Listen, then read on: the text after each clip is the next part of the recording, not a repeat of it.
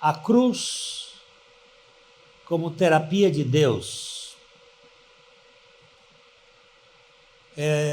Durante esse congresso a gente vai tratar desta obra profunda da cruz de Cristo. Eu queria que você abrisse aí sua Bíblia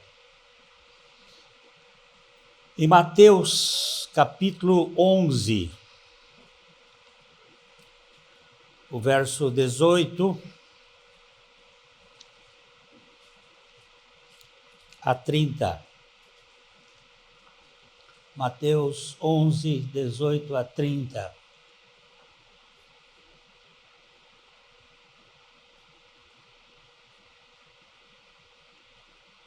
Eu disse 18, mas é 28, Tiago. Todos os que estáis cansados e sobrecarregados, e eu vos aliviarei. Primeiro imperativo, vinde. É um convite, mas ao mesmo tempo é um convite que tem força. Vinde a mim, todos os que estáis cansados. Outra versão diz oprimidos, essa dá sobrecarregados, e eu vos aliviarei. Tomai, outro imperativo, sobre vós o meu jugo, e aprendei de mim. Não é aprendei comigo. Há uma diferença radical. Aprendei de mim, que sou manso e humilde de coração, e achareis descanso para a vossa alma, porque o meu jugo é suave e o meu fardo é leve. Nosso Pai, é a tua palavra, e ela tem o poder de revelar, de agir, de convencer pelo teu Espírito e de fazer aquilo que tu mesmo tens designado. E durante esse tempo nós recorremos ao teu Espírito para que fales conosco, para que desconstruas as nossas próprias ideias e pensamentos e sentimentos, e que sejamos forjados por meio da pessoa e obra de Cristo. É o que nós te pedimos em nome de Jesus. Amém. Quanto tempo eu tenho aqui? Eu vou para frente e para trás. Nós vamos mexer com a palavra, com escarafunchar. Porque muitas vezes nós declaramos que somos novas criaturas, mas há alguma coisa que parece que não está sendo feita. Eu até suponho que não seja confissão, seja apenas uma declaração. Porque existe uma diferença entre declaração e confissão. Declaração é o que eu digo. E o que eu digo eu tenho que sustentar. E confissão é o que Deus disse. E o que ele diz, ele sustenta. É muito diferente homologar, que é falar aquilo que Deus falou, falar aquilo que já foi dito por ele, em que a ação é divina e a reação é humana. Na declaração sou eu que tenho que fazer. Mas nós temos visto,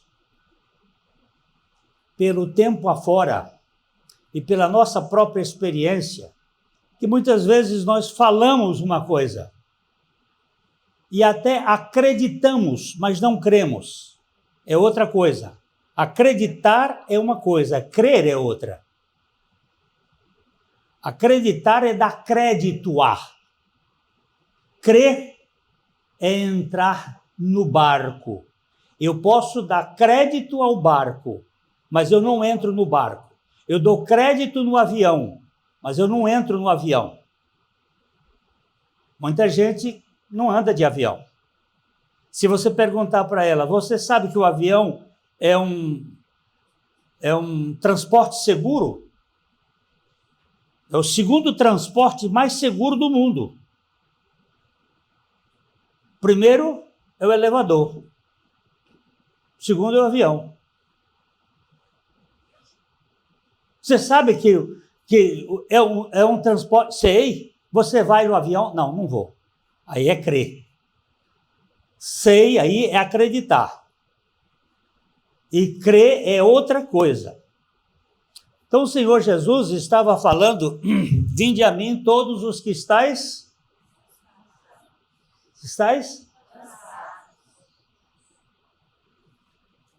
Para vir a Ele é preciso estar cansado. Tem muita gente que reclama da sua vida, mas ele ainda não chegou ao cansaço, à exaustão, ao fim de si mesmo. Uma das grandes bênçãos da pedagogia de Deus é o sofrimento. O sofrimento é uma maravilha para chegar ao cansaço, ao fim da picada, ao fim de nós mesmos. Nós vamos pegar primeiro... eu tenho muita coisa para falar aqui nesse congresso. Então eu tenho que peneirar. Vamos voltar um pouquinho para o versículo 20.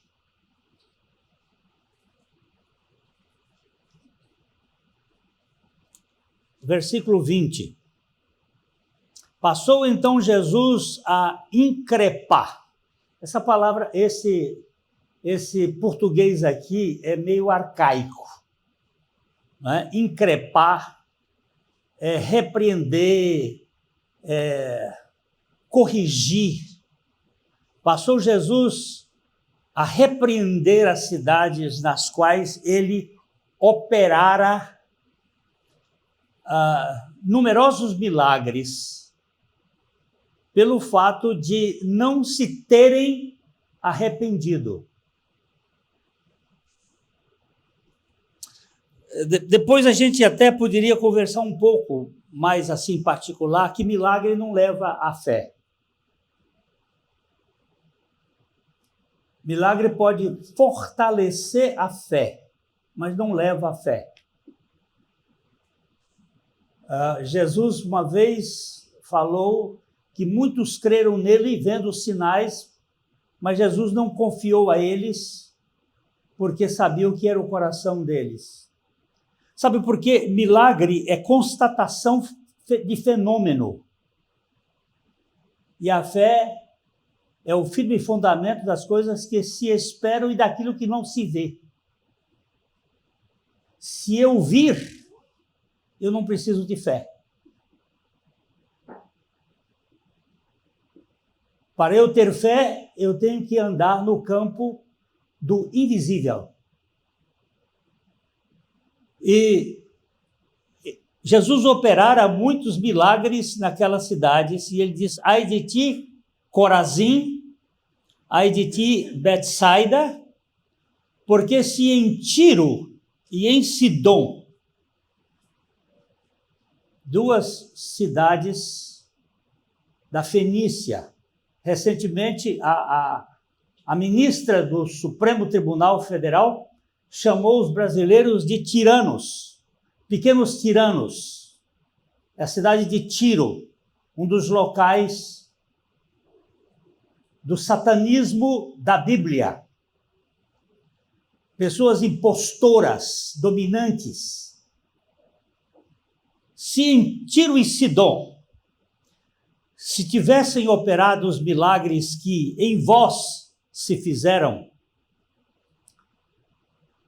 há muito que eles teriam arrependido com o pano de saco e cinza. Com pano de saco e cinza. Isso aqui mostra o arrependimento de Nínive, a cidade impenitente que se converte com a pregação de Jonas. E contudo, vos digo que no dia do juízo haverá menos rigor para Tiro e Sidom do que para vós outros. Isso aqui é tão pesado, gente.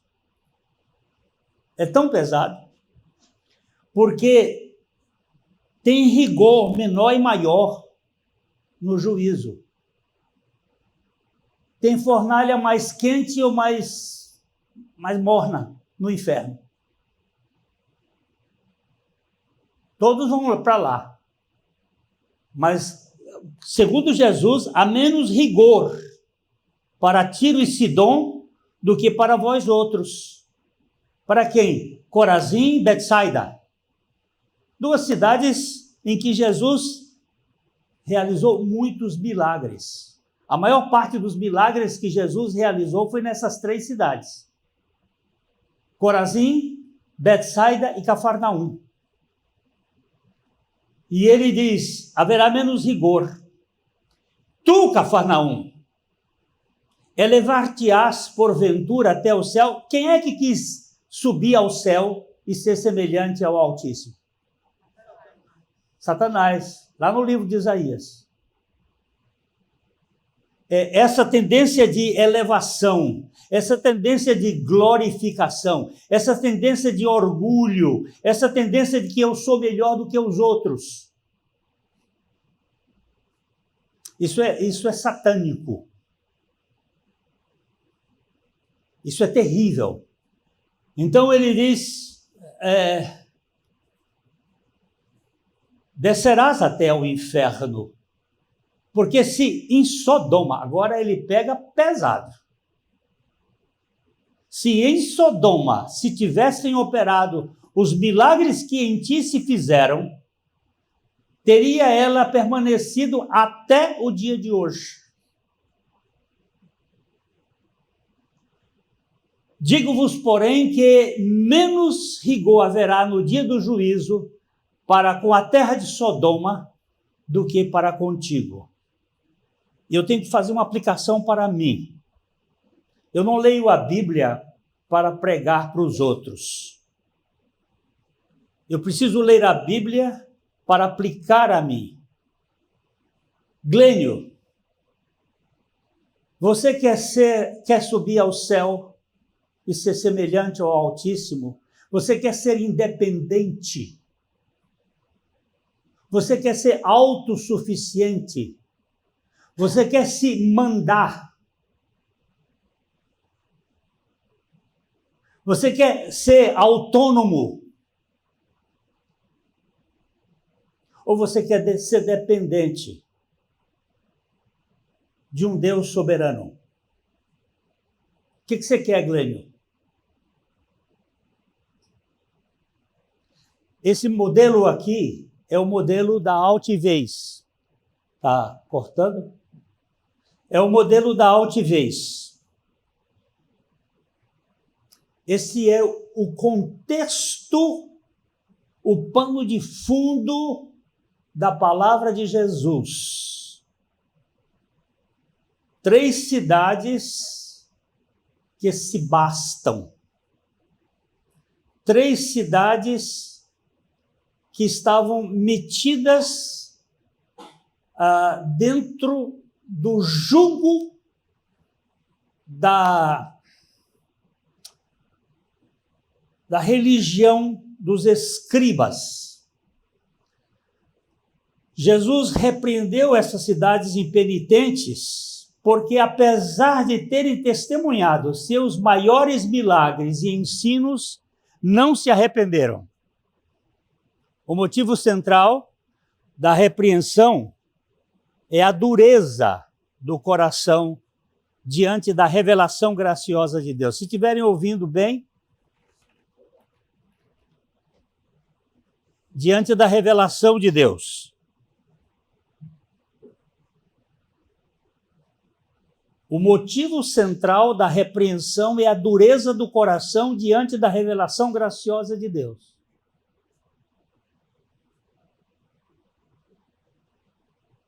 O Deus Criador dos céus e da terra, o Senhor do universo, andava no meio daquelas cidades, comprando tomate na feira, tomando café, não tinha lá, tomando chá com aquele povo. Homem naturalmente igual a todos. Porém, defuntos eram ressuscitados nessas cidades. Curas, milagres, a toda hora. Segundo João, se todos os milagres e atos de Jesus fossem registrados, não haveria livro que coubesse. Todo dia ele fazia. E esse povo indiferente, duro, diante das revelações dele. Então, passou Jesus a repreender essas cidades.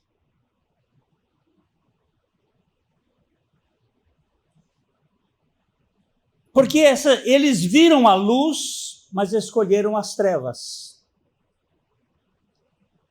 Eles viram a revelação de Deus, mas escolheram o WhatsApp.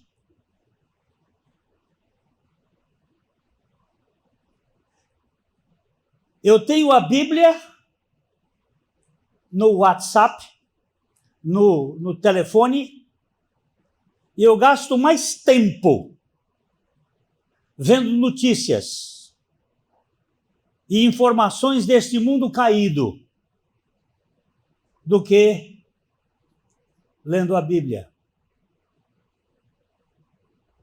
Verdade ou mentira? John Piper, ele diz que quando você chegar lá no céu, se é que vai chegar, Ô meu filho, por que você não orou? Porque eu não tinha tempo, Senhor. Deixa eu ver aqui o seu WhatsApp. Você gastou 4 horas olhando mensagem de Instagram,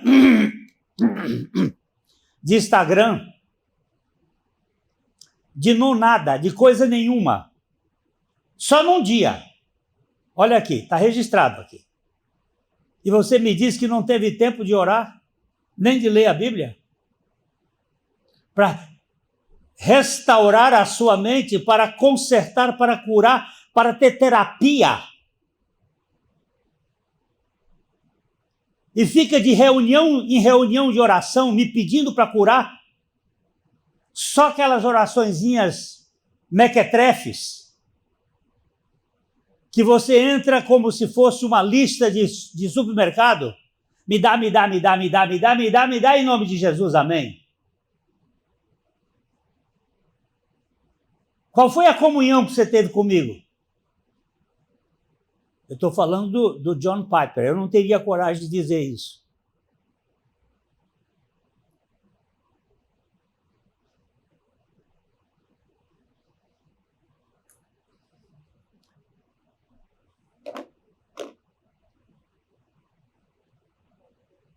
Jesus havia realizado tantos sinais e milagres e prodígios naquelas cidades.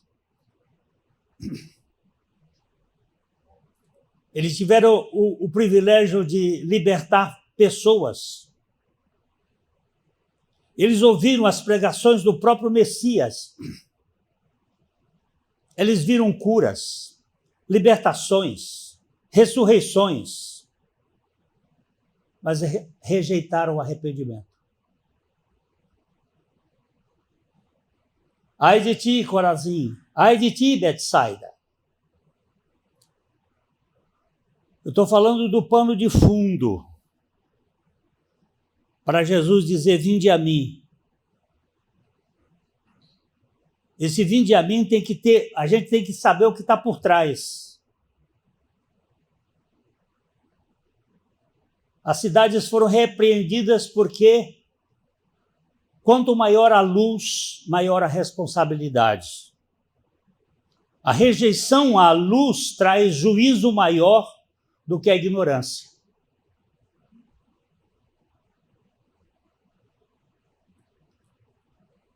O juízo é maior quando se sabe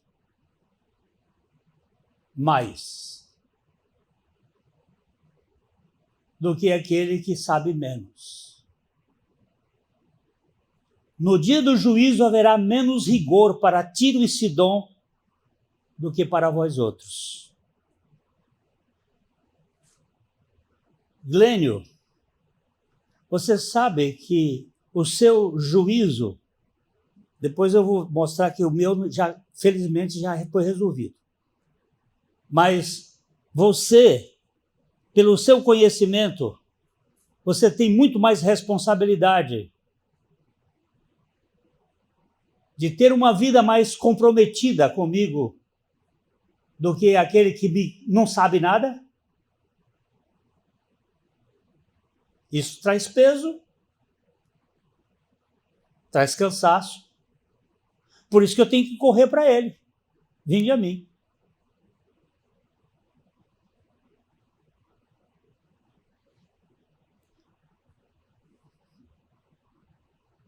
O arrependimento era uma resposta esperada. Jesus não fazia milagres por espetáculo, mas como sinais do reino, que chamavam o povo ao arrependimento e à fé.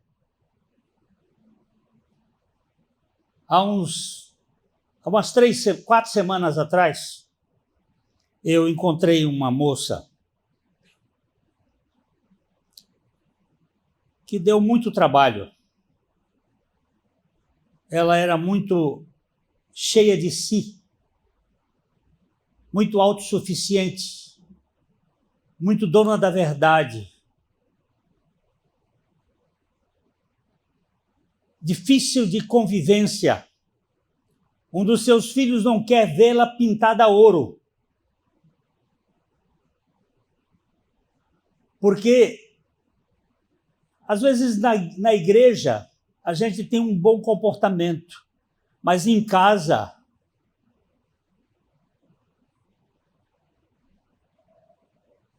é um capeta disfarçado. E aquele filho não quer nem ouvir o nome da mãe.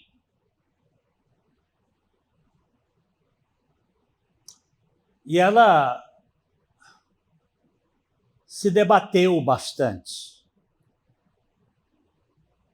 Um dia eu falei para ela: minha filha, o Senhor vai exercer a sua misericórdia mandando um bocado de sofrimento para você.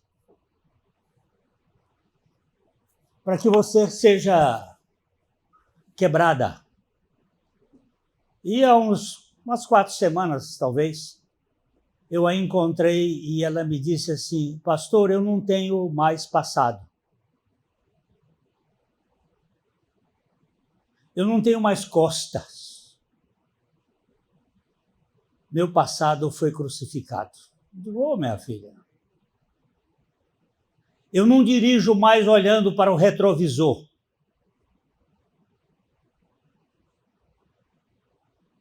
Minha história acabou na cruz. Eu disse: opa, isso aqui tem cheiro de revelação. Depois, conversando com os parentes dela, que ela não se reunia com nenhum deles, um desses disse: tivemos uma reunião tão gostosa em família, que não teve uma lasca, um alfinete, não teve nenhuma sutileza para ferir ou magoar.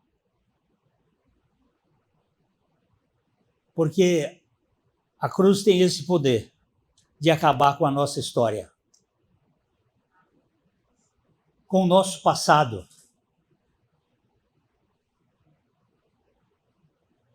Dr. Martyn Lloyd-Jones diz que a maior tragédia não é a ignorância do Evangelho, mas a familiaridade com ele sem o arrependimento. Vou repetir a frase. A maior tragédia não é a ignorância do Evangelho, mas é a nossa familiaridade com ele sem arrependimento, sem mudança de vida. Nós acostumamos com a mensagem do Evangelho. Nós cantamos ali há pouco: se não nascer de novo, não pode ver. Mas esse novo nascimento não tem tido efeito de visibilidade.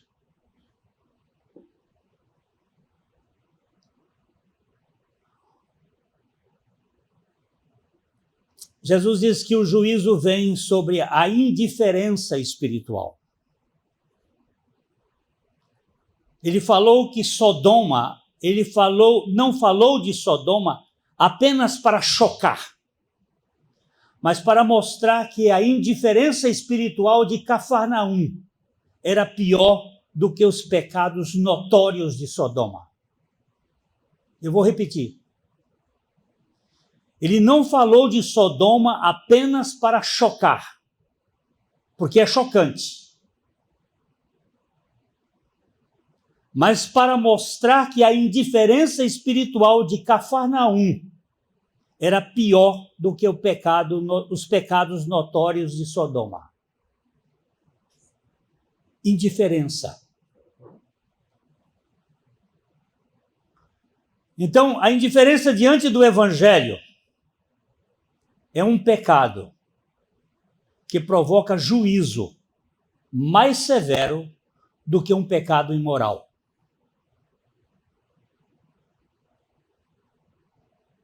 Jesus preferia fazer um encontro com publicanos e prostitutas do que com os religiosos da sua época. Ele tinha happy hour com essa gente que, do ponto de vista da moral, é o mais sujo, mas ele não ficava com essa turma religiosa que não tem arrependimento, que não tem vida trocada. Então, esse é o pano de fundo de Jesus. Ver o Evangelho, ver a luz do Evangelho e não se arrepender e se colocar debaixo do juízo de Deus. Jesus chora por essas cidades, mas também as adverte com justiça. Vocês vão colher o fruto que vocês plantarem.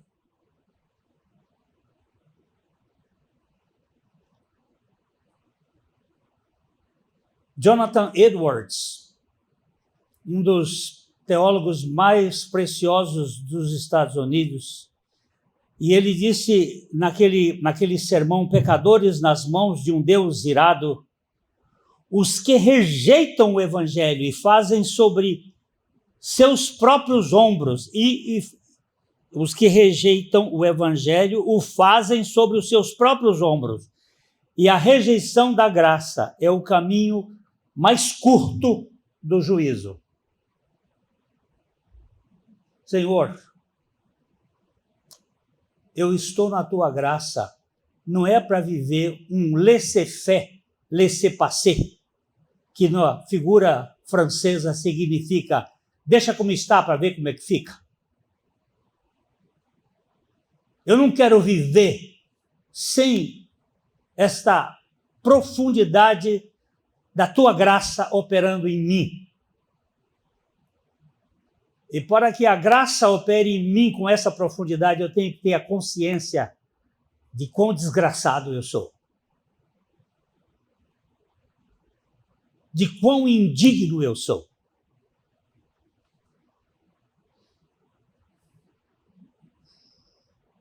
Vocês sabem que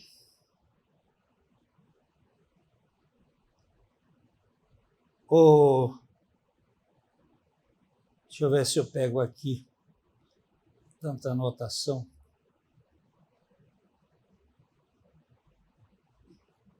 Quantos são os mandamentos?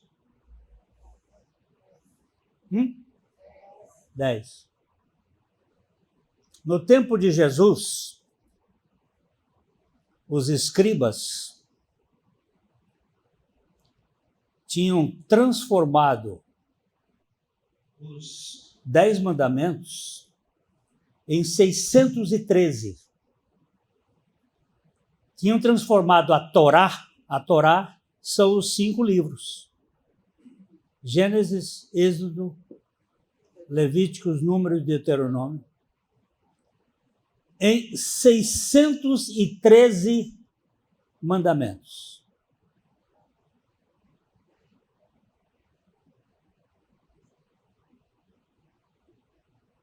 287 mandamentos positivos e 365 mandamentos negativos. Para cada dia do ano, existe um mandamento negativo. E para cada órgão do corpo humano, há um mandamento positivo. Vamos ver um mandamento positivo. Amarás o teu pai e tua mãe. Como é que é o mandamento? Honra teu pai e tua mãe. Para que te prolongue os teus dias na terra que o Senhor teu Deus... Esse é o mandamento positivo. Não matarás é um mandamento negativo. Eles pegam todos os mandamentos da Torá e dividiram em 613. 10 já era muito. Jesus reduziu a 2. Amarás o Senhor teu Deus de todo o teu coração, de toda a tua alma, com todas as tuas forças e de todo o teu entendimento. Ponto. E amarás o teu próximo como a ti mesmo. Ponto. São os 2 mandamentos. Mas para que isso aconteça, tem que acontecer um milagre. Ele tem que nos tirar desta influência do Éden, como Deus sereis, porque dentro de nós, de todos nós, tem essa tendência, esse desejo de ser autossuficientes, autônomos. E é isso que nos adoece. É isso que nos enfermiza. É esta posição de subir de lugar distinto, de ser visto, de ser reconhecido. Outro dia nós estávamos conversando com um grupo de casais e eu perguntei, por que você veste a roupa que você veste mulher?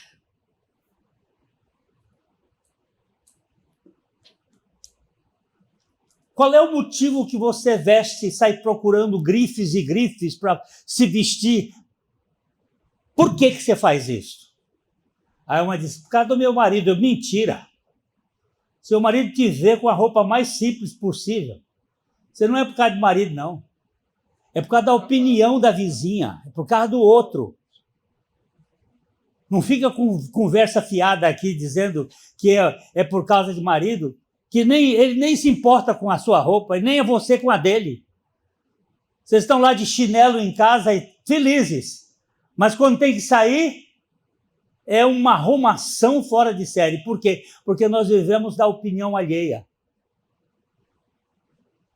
Quem dá nota para nós são os outros. E isso faz o quê? Escraviza. Deixa cansado. Pesa.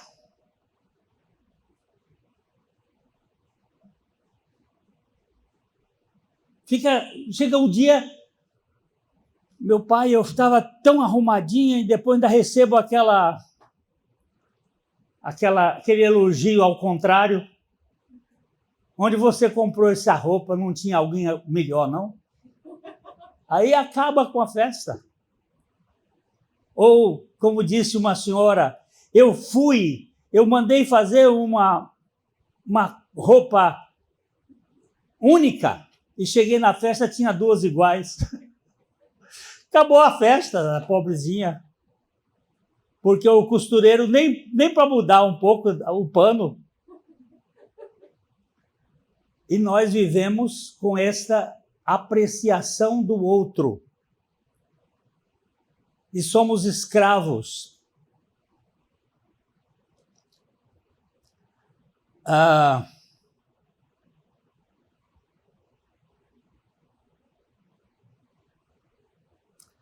Vamos voltar agora para... Tem mais coisa para ver a questão do pano de fundo. Vinde a mim, quantos? Vinde a mim, quantos? Vinde a mim todos os que estáis cansados e sobrecarregados. Como é que está o seu nível de cansaço? Ou você está inventando só, estou bem, cansado, chateado e murmurento, mas estou bem. Eu dou uma resposta sempre. Como é que vai, pastor Glenn? Melhor do que mereço. Isso eu empurro logo todo mundo para longe. Ninguém precisa saber como é que eu estou. Eu estou melhor do que mereço. Porque o que eu mereço? Eu mereço o inferno.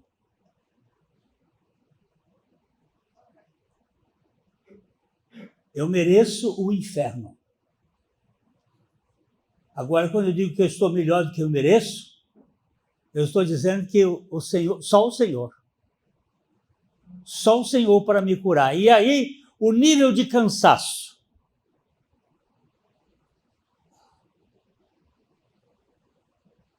Pastor Gleide, o senhor podia ir visitar meu filho. Por que você quer que eu vá visitar seu filho? Porque ele está usando droga. Ele já chegou no fim dele? Não, então não vou, não. Eu não vou ajudar aquele que não chega no fim.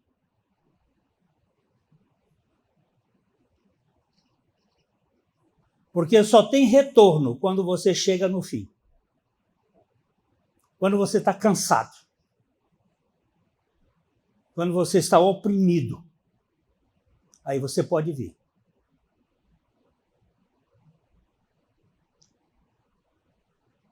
A dona de um pensionato lá em Londrina, há alguns anos, me liga e diz, pastor, tem uma moça aqui, eu já contei essa história aqui em Teresina, mas é bom sempre contar. Ela é aqui do estado de São Paulo, ela veio estudar aqui na universidade, é uma moça muito bonita, muito bonita. E ela começou a namorar um rapaz aqui, e o rapaz deu um chute nela. E ela cortou os 2 pulsos. E está lá no hospital evangélico. O senhor poderia ir lá visitá-la? Digo, vou lá. Quando eu cheguei no quarto, ela estava toda contida, com aquelas ataduras amarradas. E quando eu entrei, ela elogiou a mamãe. O que você está fazendo aqui, seu filho? E começou a gritar. Eu disse, você gosta de chamar atenção, né, minha filha? Mas você é tão ordinária que nem para se suicidar presta.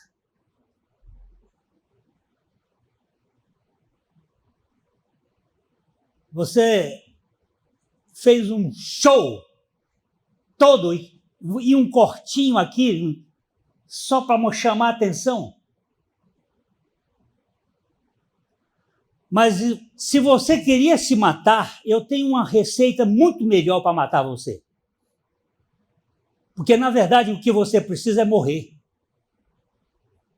E ela diz, o que você está falando? Exatamente isso. Você não presta para nada.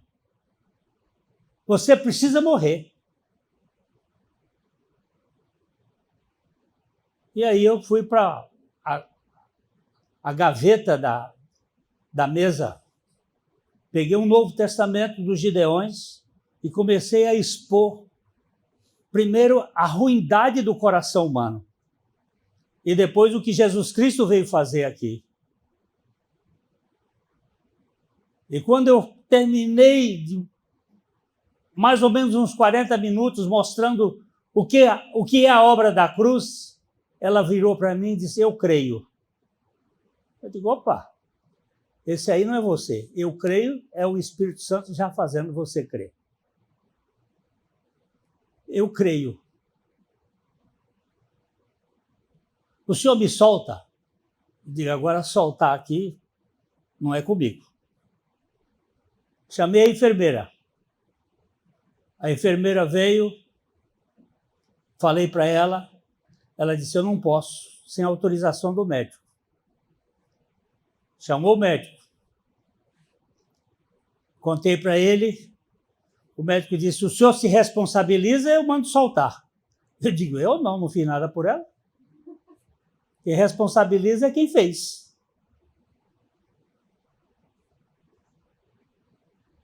Aí ele pensou um pouco e disse, pode soltar.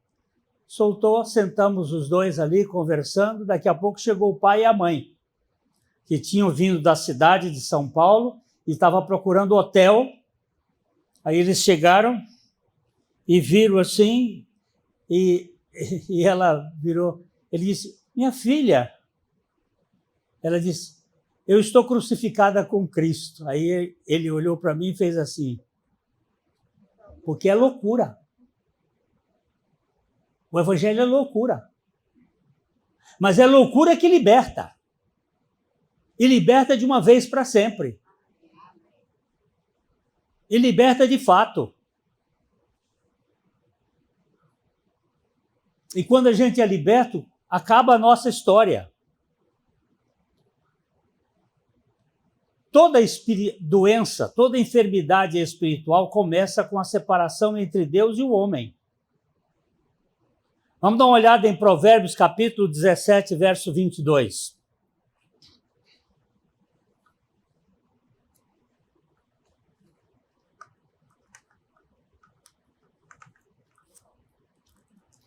O coração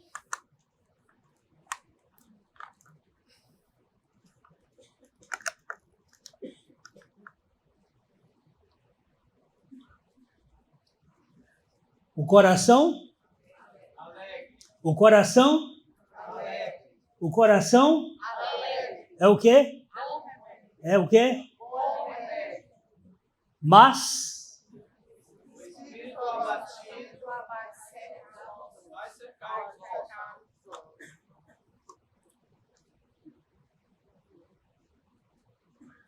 será que isso é verdade? O coração alegre é bom remédio.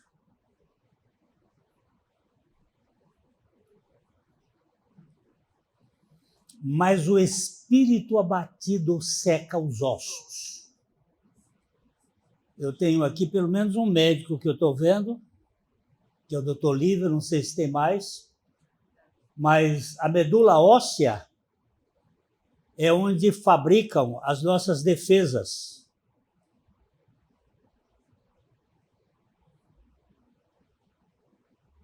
É o tutano,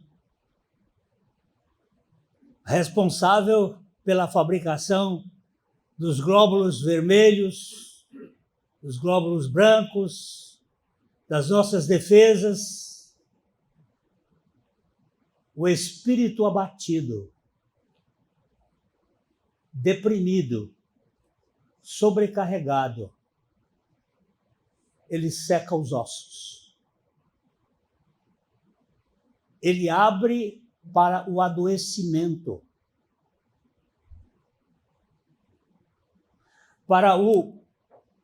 Quando nós estivermos olhando aqui a cura da alma, a terapia de Deus para curar os nossos sentimentos, a gente vai ver como é que isto é precioso. Uma das melhores coisas que me aconteceram nesses últimos anos foi a Covid. A Covid quase me levou. Se ela tivesse me levado, seria melhor ainda. Mas o senhor ainda achou que eu deveria ficar aqui algum tempo? Mas ela me deu o limite existencial. Ela foi uma bênção.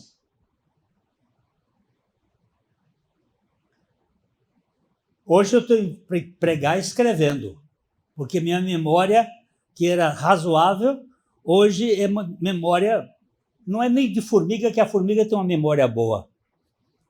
Eu perdi muito. Muitos de vocês vão falar comigo, eu não sei mais o nome. Ontem eu passei uns 40 minutos para lembrar o nome do Tiago. Eu não lembrava do Tiago, meu Deus, como é que chama? Quando conversando com a Ana, ela falou, o Tiago. Eu digo, bom, é o Tiago. Pronto, lembrei. Mas eu tenho esquecido muito. Mas uma coisa eu ainda não esqueci. Eu estou igualzinho àquela velhinha que foi esquecendo o versículo dela. Como é que é o versículo de Paulo? Não, eu já esqueci o versículo de Paulo. E sei que é poderoso para guardar o meu depósito até o dia final. E ela foi esquecendo. A última vez ela disse, ele. Aí Campbell Morgan disse, ela esqueceu de tudo, mas não esqueceu dele. Eu dele não quero esquecer. Porque é ele que faz toda a diferença. É ele que muda tudo. O coração alegre, como é que eu vou alegrar meu coração? Não essa alegria da festa do Zé Newton, da Neide ontem, que foi muito gostosa. Não é essa alegria que eu estou falando.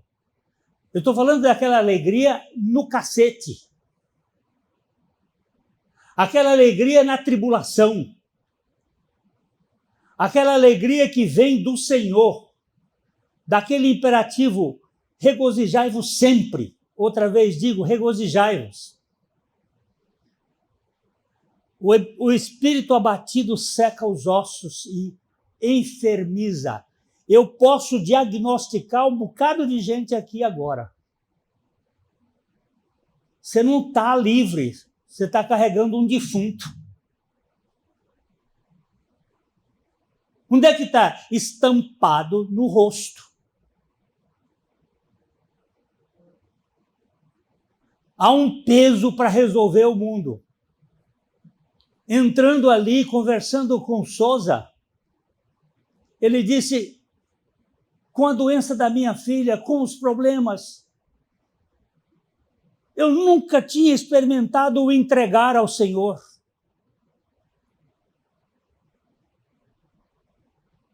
Agora esse problema não é meu, é dele.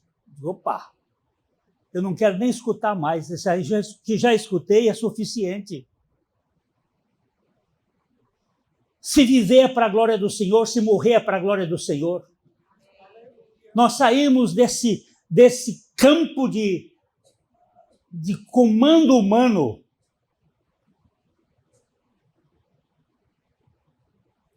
Vamos dar uma lida também em Provérbios capítulo 18, verso 14.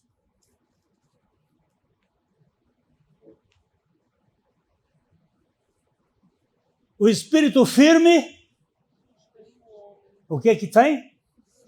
Sustenta o homem na sua doença. Mas o espírito abatido, quem pode suportar? Mas o espírito abatido. Agora, você sabe qual é o melhor alimento para melhorar a sinapse nervosa cerebral? Alguém tem noção qual é o melhor alimento?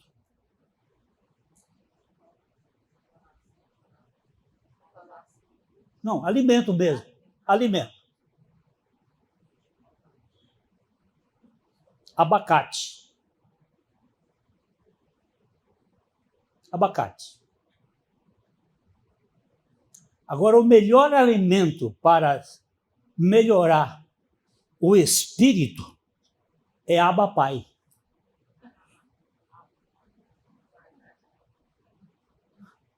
Abba Pai é intimidade. Abba é a palavra que Jesus veio mostrar quando ele encarnou. Abba é papai do coração, é papaizinho. No café da manhã hoje, eu vi uma menininha de uns 5 anos. O pai não estava no mesmo momento, ele chegou, estava a mãe e a menininha, e quando ela chegou, que viu o pai chegando, ela correu e disse, paiinho! Eu digo, ó, Abba Pai, intimidade, comunhão, relacionamento, afeição, afeto. Pai, eu não posso viver sem ti. Eu preciso de ti. Isso é espírito firme.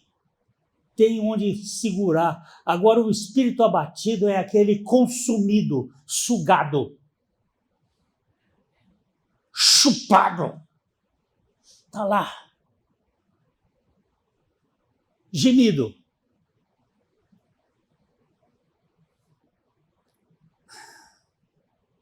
O espírito humano, sem comunhão com o Criador, está exaurido, está cativo, está morto em delitos e pecados. Está insuportável. Dá uma olhada no panorama político do Brasil. Dá uma olhada assim. Você vê como é que a luta é uma guerra. Guerra de egos. Egos que não se cabem. Um verdadeiro montanha de loucuras. Quando Deus criou o homem, ele criou do pó da terra, soprou o espírito da vida e tornou a alma vivente. Essa tricotomia, ela ajuda muito no entendimento da obra da cruz.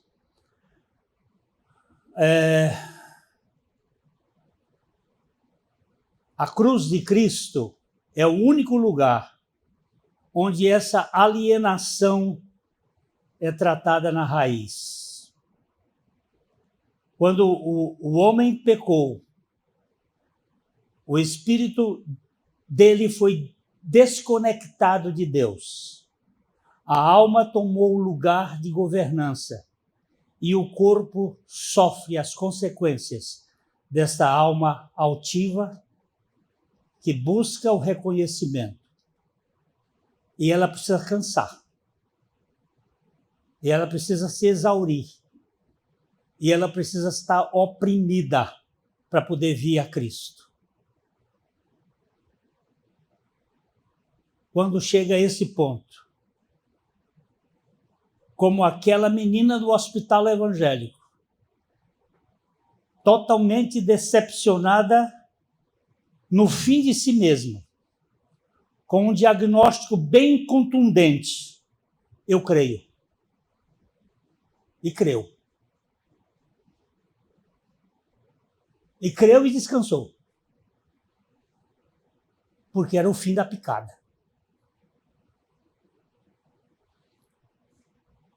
Muitas vezes nós queremos um cristianismo que resolva os nossos problemas, mas não queremos chegar ao fim de nós mesmos. O convite de Jesus não é para você vir para a igreja. Não é para você vir para um sistema. É para você vir a Ele. Depois Ele vai botar na igreja. Mas é para você vir a Ele. Nós erramos na nossa evangelização. A igreja às vezes tem um coral muito bonito. Vai lá na nossa igreja para você ouvir o coral. Isso é pescar peixe com isca ruim. Nós temos que apresentar realmente a realidade que pode curar, que pode trazer terapia.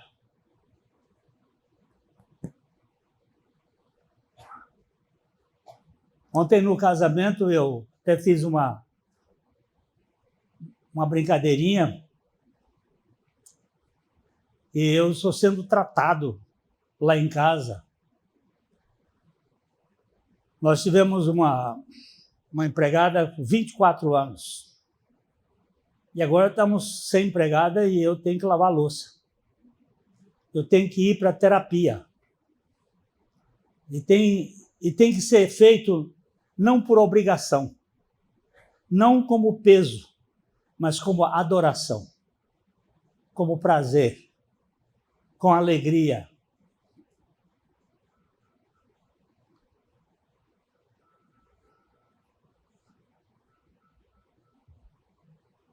Ele está tocando aí. E um bicho... Irmão Lourenço era um monge que nunca conseguiu aprender a ler. Era um homem simples, era lavador de prato do mosteiro. Só que ele sabia adorar. E as pessoas começaram a escrever o que ele falava quando adorava. E ele influenciou mais gente no mosteiro do que qualquer um professor. Porque o que ele fazia era motivo de alegria. Não era dever, era prazer. E é isso que a cruz precisa fazer em nós. Tirar de nós o peso de fazer as coisas. Para a gente fazer as coisas com alegria de fazer. Com celebração.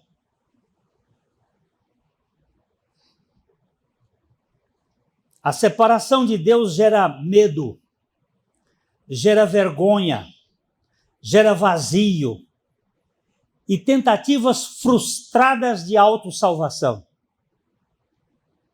Todos pecaram, destituídos estão da glória de Deus, e o pecado, ele consome.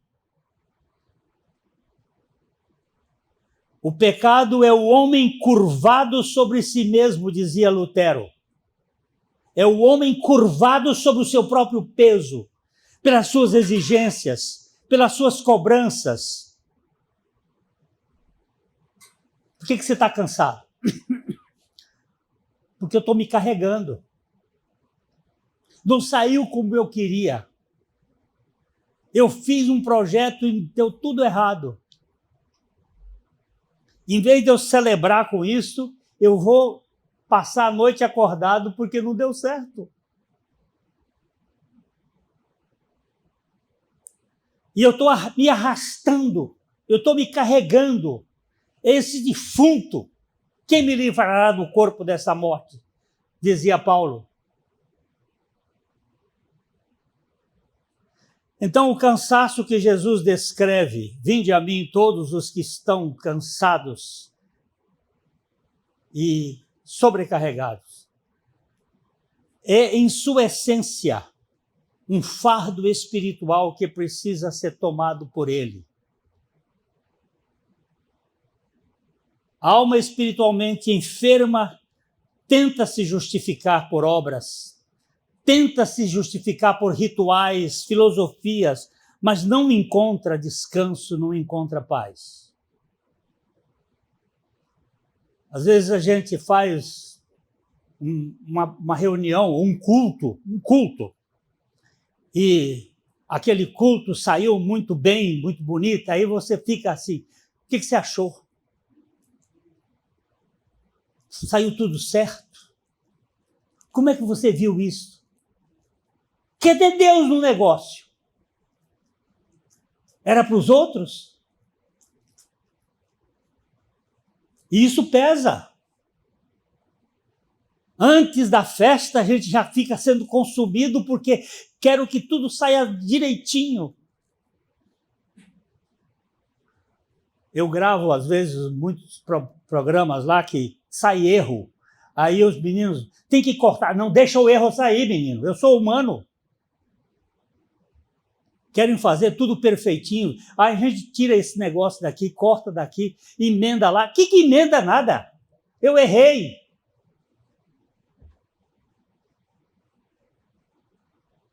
Mas a gente não gosta dessa performance que tem problemas. Nós queremos sair bem na foto, mas o Senhor quer tratar conosco na nossa falência, na nossa fraqueza, na nossa doença, no nosso peso. Vem a mim, você que está cansado. Vem a mim. Eu não vou rejeitar você.